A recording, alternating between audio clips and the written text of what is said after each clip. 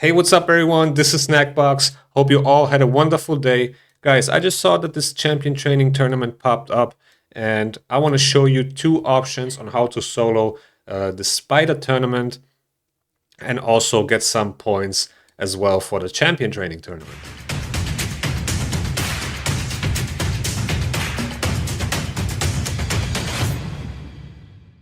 Before we start, make sure to like and subscribe. And now let's get back to the video. So yesterday I uploaded a video on my spider tournament teams for these specific rules where only demon spawn, undead hordes, dark elves, and knights revenants are allowed. But now that the champ training tournament popped up here, which is gonna start in right about 21 hours, I decided to go for a solo strategy. Because we have a dungeon divers as well at the moment, so you would get points for the spider tournament, for the dungeon divers, and the champion training tournament. And this is the maximum energy efficiency you can get out of your account. Completing free events or tournaments at the same time, or like at least getting points for it, you're probably not going to complete the whole champion training tournament just by soloing the spider, but you will get a decent amount of points for sure. And by the way, if you take the first place in this champion training tournament, you can get your hands on a 5-star soul for the Cheshire Cat, which is actually pretty nice.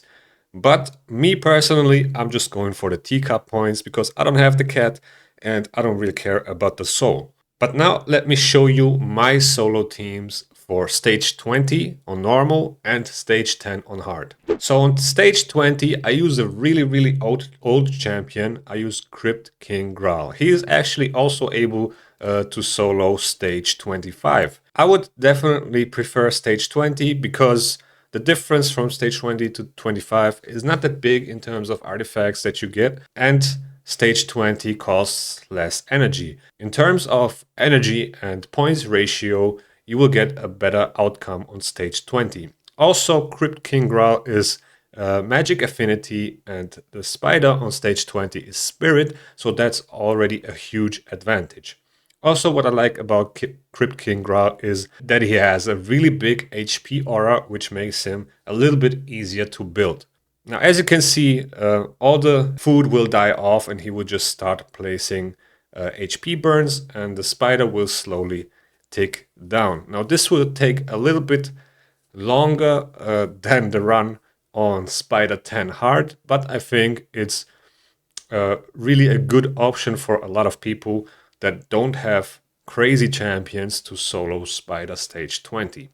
Basically, all you have to do is have enough accuracy to place debuffs in here on stage 20, have enough resistance to resist the poisons and the sleep and every single debuff that they try to place on you, and that's pretty much it. You gotta have enough HP and defense, of course, but you don't really have to have crazy stats. So stage 20 is fairly easy to solo with Crypt King Graal.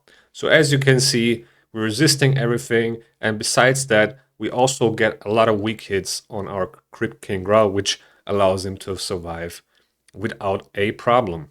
So yeah, this run takes a little bit longer than 2 minutes. I think I can optimize it a little bit. Maybe if he starts with the A1 and when he uses the freeze in the right time, we can kill the spider faster. But yeah, this is pretty much how it works. You place the HP burns, you tank the little spiderlings, resist the poisons, which are basically the main source of damage that's incoming, and then you just let the spider die slowly from HP burns. Also, another thing that I like about Crypt King Graal is that he's placing the decrease attack on his A1, which also allows you to have a little bit lower stats to be able to tank the spider's hit. Now, as you can see, we're placing the HP burns, and then after that, we're freezing the spiderlings. So that allows you, to do damage to the spider and not having the spiderlings do their animation. Sometimes they do, as of now, but some of them don't take a turn, and that saves a lot of time. The only thing that's kind of unfortunate is that the spiders are not dying before they get eaten by the big spider, and that way she heals up again. But at the end of the day, it's all about getting that victory. So as long as it works, doesn't matter. Yes, it takes a little bit longer than other solo strategies, but it works, and that's all that matters. So 1 minute 30 is what we are taking on stage 20 with Crypt King Graal. Not bad at all. Now let me show you his stats. So I got him in a regeneration and immortal set. You probably don't need the immortal set at a certain amount of HP and defense. These are the sets that I'm using on this guy, and these are the stats. He has 67k HP, 4k defense, 248 speed, crit rate, crit damage don't matter, 370 resistance. Now this is also a little bit too much. You're totally fine with like 320 resistance. You should be totally fine if you manage to get the same amount of HP stats. And you can also get a little bit lower defense. As you might have seen, my Crypt King Graal mostly never went under 50% HP, so you can definitely lower the defensive stats, but I wouldn't go extremely lower than that. The resistance can be lower, definitely. You're totally fine at like 320 resistance. Accuracy is also a little bit of an overkill, but it's just to make sure that he places the HP burns. You're also totally fine with like 230, 240 accuracy, something like that works perfectly fine as well. I don't have a relic on this guy. He's also not completely booked, as he doesn't really need books on his A3. He doesn't need the books on his A1. As you can see, he has a 60% chance to place a decreased attack. And if the target is under HP burn, it will go to a 100% chance, so you don't really need to book this A1. It's just getting more damage from the book. So doesn't really matter. The only thing that matters actually is the A2, because you can book up the chance to 100% of placing a HP burn. Also, you can get the cooldown reduced by 1 turn, which is really important. So this skill needs to be booked in order for it to be efficient. In terms of masteries, I went with defense and support.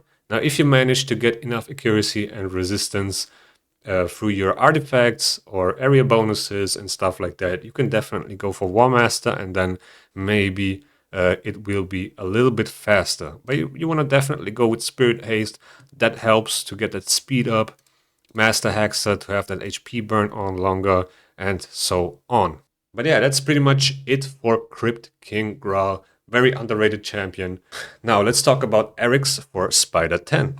Now this is a very common strategy with Arix that people use in Spider 10.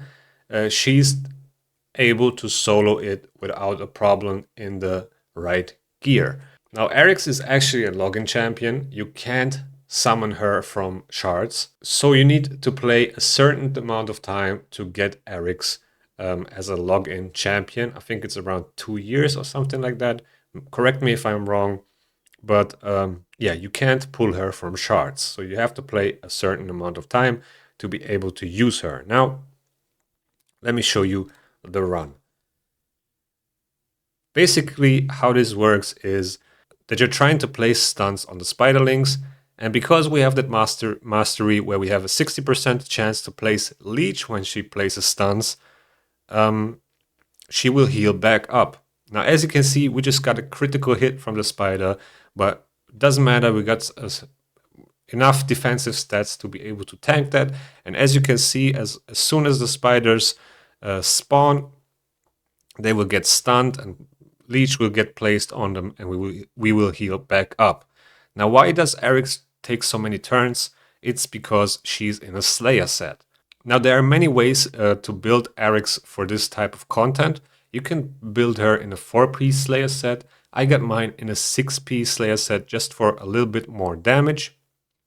We just actually took a really big critical hit, but we survived, which is a really good sign. So you can definitely do this with a 4-piece Slayer set as well. As you see, it takes around 1 minute to beat this stage. Let's do it one more time. So you can definitely build her in a 4-piece Slayer set, but then you should definitely get more offensive stats in there, or maybe something that heals you every time she gets a turn.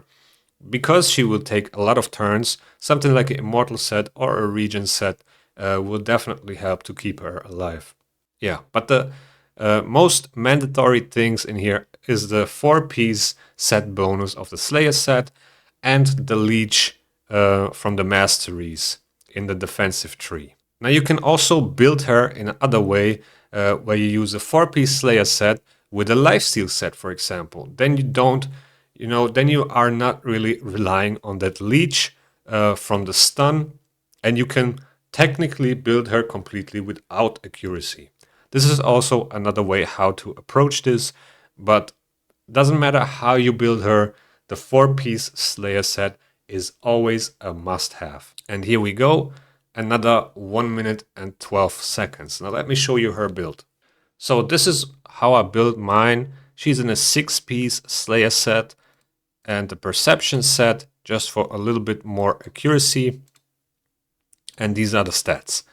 So she's sitting at 96k HP, 2.8k defense, and those defensive stats are just there to make sure that she can survive those critical hits. As you saw in the last run, she took a hit for like 74k damage, and I definitely want to tank those big hits. Then her speed is at 210, 100%, 106% crit rate, a little bit too much, and 186 crit damage, not a lot at all, right? 340 accuracy, 344 is right where you want to be if you want to place debuffs on the spiderlings or on the spider as well, but in this case it doesn't really matter, we just want to place debuffs on the spiderlings. Now if you take a look at my gear, it's not really crazy. You have some crit damage, speed and accuracy here, speed, HP and defense percentage, HP, speed, crit rate, crit damage, crit rate gauntlets with speed, accuracy, crit damage, and HP.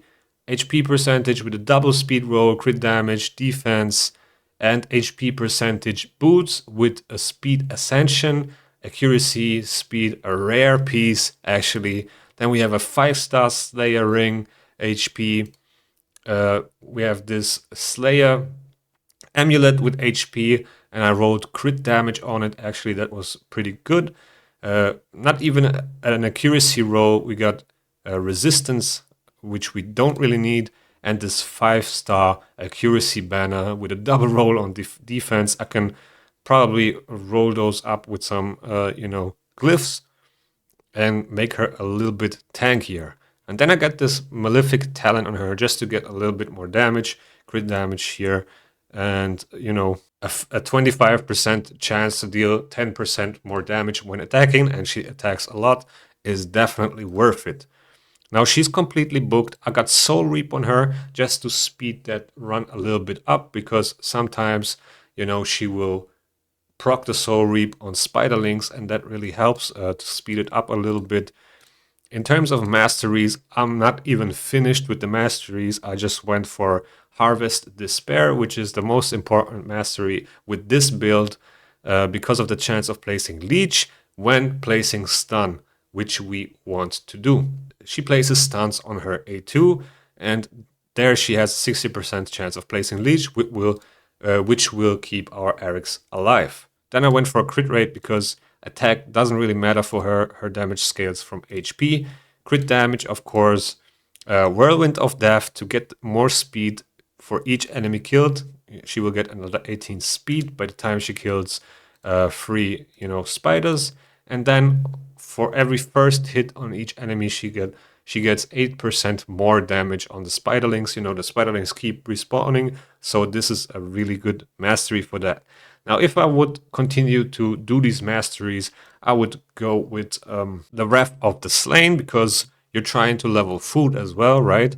And yeah, by the way, always keep in mind, if you're trying to solo, now for this tournament, make sure you have food from the Corrupted faction. That means Demon Spawn, Knights Revenant, Undead Hordes, and Dark Elves. Otherwise, it won't count for the Spider tournament. So yeah, here we can get another 10% damage. Then here we can get another 6% damage Also, the A1 will get more damage ramped up after a time, and then of course War Master will speed things up a lot. So yeah, that's pretty much how I would continue to do the masteries, but for now that's totally fine for me how they are now.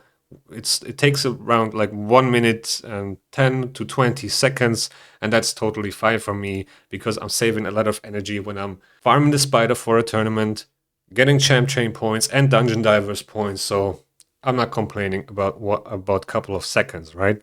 There's definitely a lot of room for improvement. If you get the crit damage up, you will definitely do this very fast and faster than I'm doing it with the crit damage amulet and stuff like that. If I ascend these artifacts and get, more crit damage on the gauntlets and more HP on the chest and all the other artifacts, this will definitely be faster, but it's totally fine as it is right now. So keep in mind, you want to have the accuracy for this build. Now, if you're going for a 4-piece Slayer set with a lifesteal set, you can definitely swap your masteries from the defense tree to the support tree, because you don't really care about placing stuns and the leech because you're healing from the lifesteal set anyway. But for this specific build, you definitely want to have accuracy because we need that leech to be able to heal Arix back up when she gets a lot of hits in. Now, another thing you could do is use Hero Soul, because for each Spiderling you will get a percentage of damage. And if there are 10 Spiderlings and you have a high soul here, let's say you have a 6-star soul, you will get 30% more damage. And that's actually pretty big. Okay, so let's do one more run. So here you go, almost 73k critical hit, and we just tanked it without a problem. Now we're getting a lot of turn meter again, the leech is placed, we're healing back up, Soul Reap comes in, and this is actually pretty nice. So yeah, this is actually pretty surprising for me that Arix, as a free-to-play champion basically, because you get her from just logging in after, I think, 2 years of playing Raid Shadow Legends, you can get this champion, and this is really amazing. And when we're talking about energy efficiency, Arix is definitely in the conversation. But yeah, guys, that's pretty much it about this video. I just wanted to show you 2 options how to solo the spider on stage 20, and if you have Arix already on stage 10 hard mode. And yeah, I hope you learned something. Thanks for watching, and see you in the next one.